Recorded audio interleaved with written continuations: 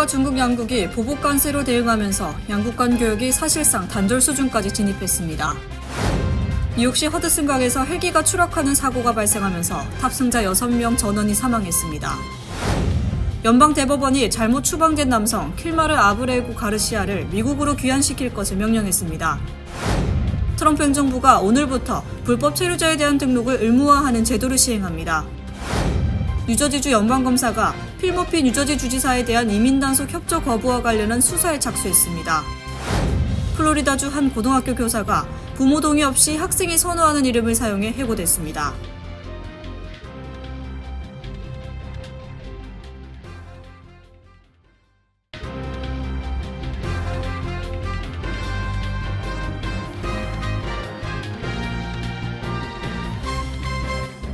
안녕하십니까.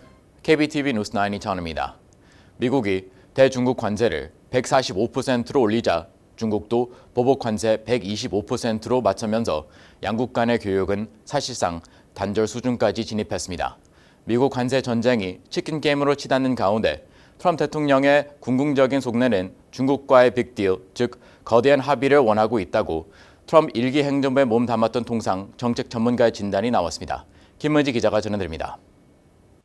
중국이 미국산 수입품에 매긴 84% 보복 관세를 다시 125%로 올렸습니다. 도널드 트럼프 대통령이 서명한 행정명령에 담긴 숫자 125%를 그대로 되갚아 준 겁니다. 앞서 매긴 펜타닐 관세 20%를 합하면 트럼프 2기 출범 이후 대중국 관세율은 145%. 당시 중국도 품목별로 10에서 15% 맞불 관세를 매겼고 희토류 수출 통제 등 비관세 보복도 쏟아냈습니다.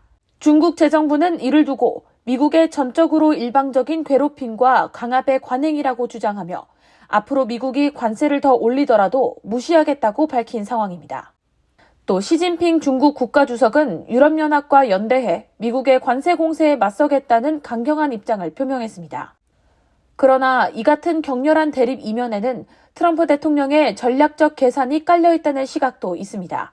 트럼프 1기 행정부 당시 백악관 국가경제위원회 무역담당 선임국장 겸 대통령 특보를 지낸 케이트 칼루트케비치는 어제 워싱턴 DC에서 한국 취재진과 만나 트럼프 대통령은 중국과의 빅딜을 원하며 중국과 거대한 합의를 도출한 대통령으로 기억되길 원한다고 말했습니다. 즉, 양국이 극단적 상호 관세율로 대치하는 일촉즉발의 양상을 보이고 있지만 트럼프 대통령은 궁극적으로 대중국 관세 자체가 아닌 중국과의 새로운 무역 합의에 관심이 있다는 주장입니다. 실제로 트럼프 대통령은 첫 임기 때도 유사한 패턴을 보였습니다. 그는 중국 제품에 대규모 관세를 매겨 무역 전쟁을 시작한 뒤 1년의 고강도 공방 끝에 2020년 초 중국이 미국 제품 2천억 달러치를 수입하고 미국은 일부 중국산 제품 관세를 면제하는 1단계 무역 합의를 이끌어냈습니다. 칼루트케비치는 트럼프 대통령이 현 갈등 상황에서 중국이 아직 협상을 제안하지 않는 점에 의아해하고 있을 것으로 추측했습니다. 그는 중국도 트럼프 대통령의 관세 압박에 굴하지 않고 맞대응의 속도를 내고 있으며 백악관 역시 트럼프식 협상 전술에 따라 대화를 서두르지 않는 중이라고 분석했습니다. 그러면서 양측의 협상 테이블이 마련되기까지는 일정 시간이 더 소요될 수 있다고 전망했습니다. KBTV 뉴스 김은지입니다. 뉴욕시 허슨강에서 헬기가 추락하는 사고가 발생하면서 탑승자 6명 전원이 사망했습니다. 이번 사고로 숨진 탑승객은 글로벌 기업 시멘스 자회사 시멘스 모빌리티 최고 경영자 일가족인 것으로 드러났습니다. 주윤우 기자가 전해드립니다. 이번 사고로 조종사 1명을 포함해 스페인에서 휴가차 뉴욕을 찾았던 일가족 5명이 모두 숨졌습니다. 희생자 가족은 스페인 바르셀로나에서 뉴욕으로 막 도착한 지멘스 스페인 지사 대표 아구스틴 에스코바르와 그의 아내 그리고 4세, 8세, 10세의 세 자녀로 확인됐습니다. 희생자 가족은 8세 자녀의 생일을 축하하기 위해 가족이 뉴욕을 방문한 것으로 알려져 안타까움을 더하고 있습니다. 희생자 중 4명은 현장에서 사망 판정을 받았고 나머지 2명은 병원으로 이송됐지만 끝내 숨졌습니다. 이번 헬기 추락 사고는 오후 3시 15분경 맨해튼 피어 40 인근 뉴저지 호보켄 경계 지역에서 발생했습니다. 국가교통안전위원회는 뉴욕 시경과 함께 사고 원인 조사를 진행 중으로 금요일 기자회견을 열어 추가 정보를 제공할 계획입니다. 헬기회사 대표 로스는 사고 직후 언론 인터뷰를 통해 너무나 참담한 심정이라며 헬리콥터가 추락하는 영상을 봤는데 주 회전 날개가 헬리콥터에 없었다는 것이 확실히 보였다고 말했습니다. 이어 헬리콥터 업계에서 일한 30년 경력상 헬기의 주 회전 날개를 상실한 사고는 처음 본다고 말했습니다. 이어 조류 충돌 또는 주 회전 날개 결함이 있었던 것 같다며 기계는 언제나 결함이 생길 수 있다고 강조했습니다. 한편 사고가 난 해당 관광용 헬리콥터 회사는 과거에도 허드슨강에서 비상 착륙한 전력이 있는 것으로 드러났습니다. KBTV 뉴스 주현우입니다. 연방대법원이 트럼프 행정부의 불법 이민자 추방 과정에서 잘못 추방된 메릴랜드 남성 킬머 아브레고 가시아를 속히 미국으로 귀환시킬 것을 명령했습니다. 계속해서 주현우 기자입니다. 연방대법원은 어제 트럼프 행정부의 불법 이민자 추방 과정에서 메릴랜드 출신의 킬마르 아브레고 가르시아가 부당하게 추방 조치를 당했다며 하루속히 가르시아의 미국 귀환을 추진하라고 명령했습니다. 가르시아는 2019년 미국에 망명 신청을 했고 이민 판사로부터 보호 지위를 부여받아 미국에 합법적으로 체류 중이었습니다. 하지만 트럼프 행정부가 악명 높은 국제폭력 조직인 MS-13의 일원일 수 있다고 의심하면서 지난달부터 엘살바도르의 테러 격리센터에 수감된 상태입니다. 대법원 판결에 대해 트럼프 행정부 측은 가르시아 석방 및 귀환과 관련해 민감한 국제협상이며 그 결과에 대한 성공을 보장할 수 없다며 반발하고 있습니다. 이민단속 당국은 가르시아가 신뢰할 수 있는 출처를 통해 MS-13의 고위 간부로 확인됐다고 주장하며 가르시아가 2011년 불법적으로 미국에 입국한 엘살바도르 출신이라고 덧붙였습니다.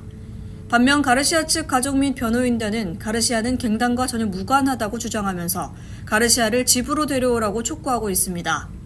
연방이민단속국의 대규모 추방 정책은 법원이 강제 추방 작업을 일시 중단하라고 명령했지만 이를 강행하면서 법원 패싱 논란으로도 번지고 있습니다.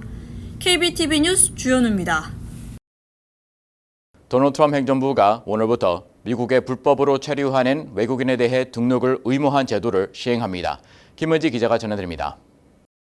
AP통신에 따르면 워싱턴 DC 연방법원의 트레버 닐 맥패든 판사는 어제 트럼프 행정부의 불법 이민자 등록제 시행을 허용하는 판결을 내렸습니다. 이에 따라 미국에 합법적으로 체류할 수 있는 법적 지위가 없는 14세 이상의 외국인은 오늘부터 정부에 의무적으로 등록하고 지문과 주소를 제공해야 합니다. 14세 미만인 경우 부모와 법적 보호자가 대상자를 등록시켜야 합니다. 망명 신청자, 임시보호신분, 불법 체류 청년 추방유예를 신청했지만 고용허가서를 못 받은 사람들, 고용허가서 없이 이민청원을 진행 중인 아동, I-94 양식을 소지하지 않은 캐나다 방문객 등이 등록 대상에 해당됩니다. 개인정보 등록은 이민서비스국에 온라인 계정을 생성한 후 양식을 제출해야 하며 양식을 작성할 때 상세한 신상 정보와 지문 채취를 하게 됩니다. 미국은 1940년 외국인 등록법에 따라 장기 체류 외국인의 정보 등록을 의무화했지만 이 법은 수십 년간 제대로 이행되지 않았습니다. 그러나 불법 이민자 추방을 공약으로 내건 트럼프 행정부는 지난 2월 25일 등록을 의무화한다고 발표하고서 자진해서 등록하지 않으면 처벌할 수 있다고 경고했습니다. 이후 친이민단체들이 행정부가 필요한 법적 절차를 밟지 않았다며 소송을 제기했지만 이날 법원은 행정부 손을 들어줬습니다. 다만 트럼프 행정부는 불법 체류자 추적과 추방을 더 쉽게 하려고 등록제를 시행하는 것인데 불법 체류자들이 협조할 가능성이 크지 않아 등록제의 효과는 불확실하다는 분석이 나오고 있습니다. KBTV 뉴스 김은지입니다. 뉴저지 연방검사가 필 머피 뉴저지 주지사에 대한 이민 단속 협조 거부와 관련한 수사에 착수했습니다. 머피 주지사는 과거 불체자 지인을 자신의 집에 머물게 했다고 발언해 논란이 된 바 있습니다. 준우 기자가 전해드립니다. 뉴저지주 연방검사 알리나 하바가 필 머피 뉴저지 주지사에 대한 수사에 착수한다고 밝혔습니다. 이번 수사는 머피 주지사가 주 경찰을 대상으로 연방이민세관단속국의 수사에 협조하지 말라는 명령을 내린 것과 관련됐습니다. 하바 검사는 연방수사당국의 정책에 협조하지 말라고 통보하는 조치는 더 이상 용납되지 않을 것이라며 펜 본디 법무장관과 트럼프 대통령 모두 범죄자, 특히 폭력 범죄자들을 미국에서 추방하고 안전한 미국을 만들 것이라는 정책을 수차례 강조해왔다고 말했습니다. 그러면서 연방정부가 추진하는 이민자 단속은 정치적인 것이 아니라 강력범죄를 미리 차단하려는 안전 강화 조치라며 머피 주지사가 연방정부에 협조하지 않는 것은 방해죄 또는 은폐죄로 기소될 수 있다고 경고했습니다. 하바 검사는 뉴저지주 경찰이 범죄 기록을 조회하다 심각한 불법 이민 또는 이민 추방 관련 영장을 발견하더라도 이 사실을 ICE에 통보하지 말라는 지시를 받았다는 주장도 제기하며 이런 정책은 주민 전체를 위험에 빠뜨릴 수 있다고 비판했습니다. 머피 주지사는 과거 기자회견에서 ICE가 거리에서 이민자들을 무작위로 체포하던 시절이 있었다며 당시 ICE 단속을 받기 위해 자신이 직접 현장에 나갔던 일화를 소개하기도 했습니다. 머피 주지사는 또 한 공개 토론회에 참석해 이민 신분이 불안한 지인을 자신의 자택 차고 위층에 머물게 했다고 말하며 연방이민 단속국이 자신의 자택까지 들어와서 그를 잡아갈 수 있는지 두고 보면 알겠죠 라고 말하며 연방 단속 요원들을 향해 비아냥거리는 언급을 해 논란을 일으킨 바 있습니다. KBTV 뉴스 주현우입니다. 플로리다주 한 고등학교 교사가 부모의 동의 없이 학생이 선호하는 이름을 사용해 해고됐습니다. 플로리다주에서는 교사가 학생의 법적 이름이 아닌 다른 이름을 부를 때는 부모의 동의를 받아야 합니다. 주현우 기자가 전해드립니다. 플로리다주 브레바드 카운티의 세틀라이트 고등학교에서 멜리사 칼훈 교사가 학생의 선호 이름을 부모 동의 없이 사용해 해고된 것으로 알려졌습니다. 이는 2023-2024학년도에 시행된 플로리다주의 법률에 따라 교사가 학생의 법적 이름이 아닌 다른 이름을 부를 때는 부모의 서면 동의를 받아야 한다는 규정을 위반한 겁니다. 카룬 교사는 11년간 교직에 종사해왔으며 학생의 요청에 따라 법적 이름과 다른 선호 이름을 사용한 사실을 인정했습니다. 이에 대해 해당 학생의 부모가 학교에 이를 신고했고 학교는 내부 조사를 실시한 후 카룬 교사의 계약을 갱신하지 않기로 결정했습니다. 현재 그녀의 교사 자격증에 대한 주정부의 검토도 진행 중입니다. 이러한 결정에 대해 지역사회는 반발이 일고 있습니다. 학교 이사회 회의에서 이에 대한 항의가 있었으며 학생들은 학교 앞에서 카룬 교사의 복직을 요구하는 시위를 벌였습니다. 한편 플로리다주에서는 교사가 학생이 선호하는 대명사나 호칭을 사용할 때 부모의 동의를 받도록 요구하는 법안이 통과돼 논란이 되고 있습니다. 이에 대해 일부 교사들은 헌법 위반이라며 소송을 제기한 상태입니다. KBTV 뉴스 주현우입니다. 어제 로널드 레이건 워싱턴 내셔널 공항에서 뉴욕과 뉴저지 출신의 여러 연방 하원 의원이 탑승한 비행기가 경밀한 충돌을 겪었습니다. 이 사고는 JFK 공항으로 향하던 비행기가 활주로에서 대기 중이던 찰스턴행 비행기가 날개를 스치면서 발생했습니다. 양 비행기 모두 날개 끝부분에 손상을 입었으며 승객 143명 중 부상자는 없었습니다. 이 사건은 최근 1월에 발생한 치명적인 공중 충돌 사고 이후 발생하며 항공 안전에 대한 우려를 더욱 증대시켰습니다. 뉴욕에 위치한 콜드스프링 하버 연구소 연구진이 췌장암 전이를 차단할 수 있는 획기적인 치료 전략을 개발했다고 밝혔습니다. 이번 연구는 췌장암 세포가 다른 장기로 퍼지기 전 이를 가로채는 방식으로 암 확산을 억제하는 메커니즘을 기반으로 합니다. 연구진은 특정 유전자와 단백질 경로를 조절해 암세포의 이동 능력을 억제할 수 있음을 입증했으며 이 방식은 기존 치료보다 암의 재발과 전이 가능성을 현저히 낮추는 것으로 나타났습니다. 현재 동물 실험과 초기 임상시험 단계에 있으며 향후 수년 내에 실제 환자 치료에 적용될 수 있을 것으로 기대됩니다. 췌장암은 조기 진단이 어렵고 전이가 빠르며 생존율이 낮은 암으로 이번 연구는 췌장암 치료의 판도를 바꿀 중요한 전환점이 될 수 있습니다. 뉴욕주 하원 의원 시마 A.N. 슈타인은 유대교 안식일 기간 동안 발생하는 쓰레기 배출 관련 벌금을 폐지하는 내용을 담은 새로운 법안을 발의했습니다. 현재 뉴욕시 위생국은 금요일 오후 6시 이후에만 쓰레기를 내놓을 수 있도록 규정하고 있으며 이는 안식일을 준수하는 유대인 주민들에게 종교적 관행과 충돌을 일으켜 벌금을 부과하는 사례가 발생하고 있습니다. A.N. 슈타인 의원은 이러한 정책이 종교적 자유를 침해한다고 주장하며 금요일 오후 3시부터 토요일 오후 6시까지의 기간 동안 벌금 부과를 중단하는 법안을 제안했습니다. 이 법안은 안식일을 준수하는 유대인뿐만 아니라 주말 동안 여행을 떠나는 모든 뉴요커들에게 영향을 미치며 종교적 관행과 공공위생 기준을 조화롭게 유지하려는 노력의 일환으로 볼 수 있습니다. 에릭 아담스 뉴욕시장이 교실 규모 축소를 위한 법안을 지지하며 이전 입장을 전면 수정했습니다.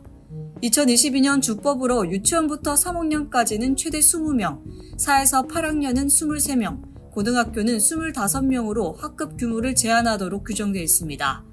이를 준수하기 위해서는 시는 3,700명의 신규 교사와 100명의 추가 교직원을 채용할 계획이며 이는 2026 회계년도 예산안에 반영될 예정입니다. 그러나 이러한 계획을 완전히 이행하려면 최대 17,700명의 교사를 추가로 채용해야 하며 연간 16억에서 19억 달러의 비용이 발생할 것으로 예상됩니다. 이에 대해 아담스 시장은 재정적 우려를 표명하며 교사 채용과 추가 교실 공간 확보를 위한 자금 조달 방안에 대한 구체적인 계획을 제시하지 않아 비판을 받고 있습니다. 잠시 후 커뮤니티 브리핑을 전해드립니다.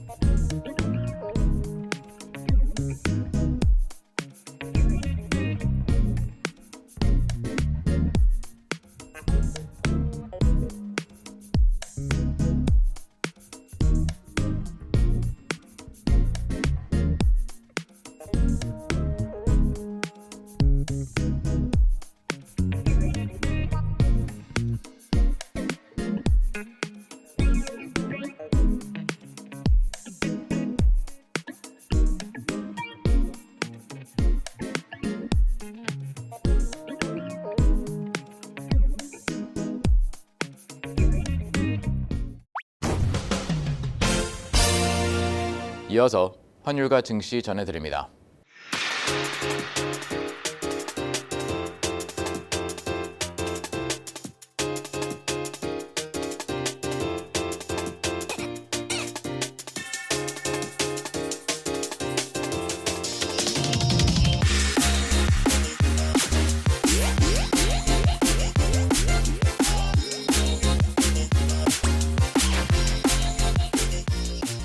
잠시 후 뉴욕과 뉴저지 날씨 전해드립니다.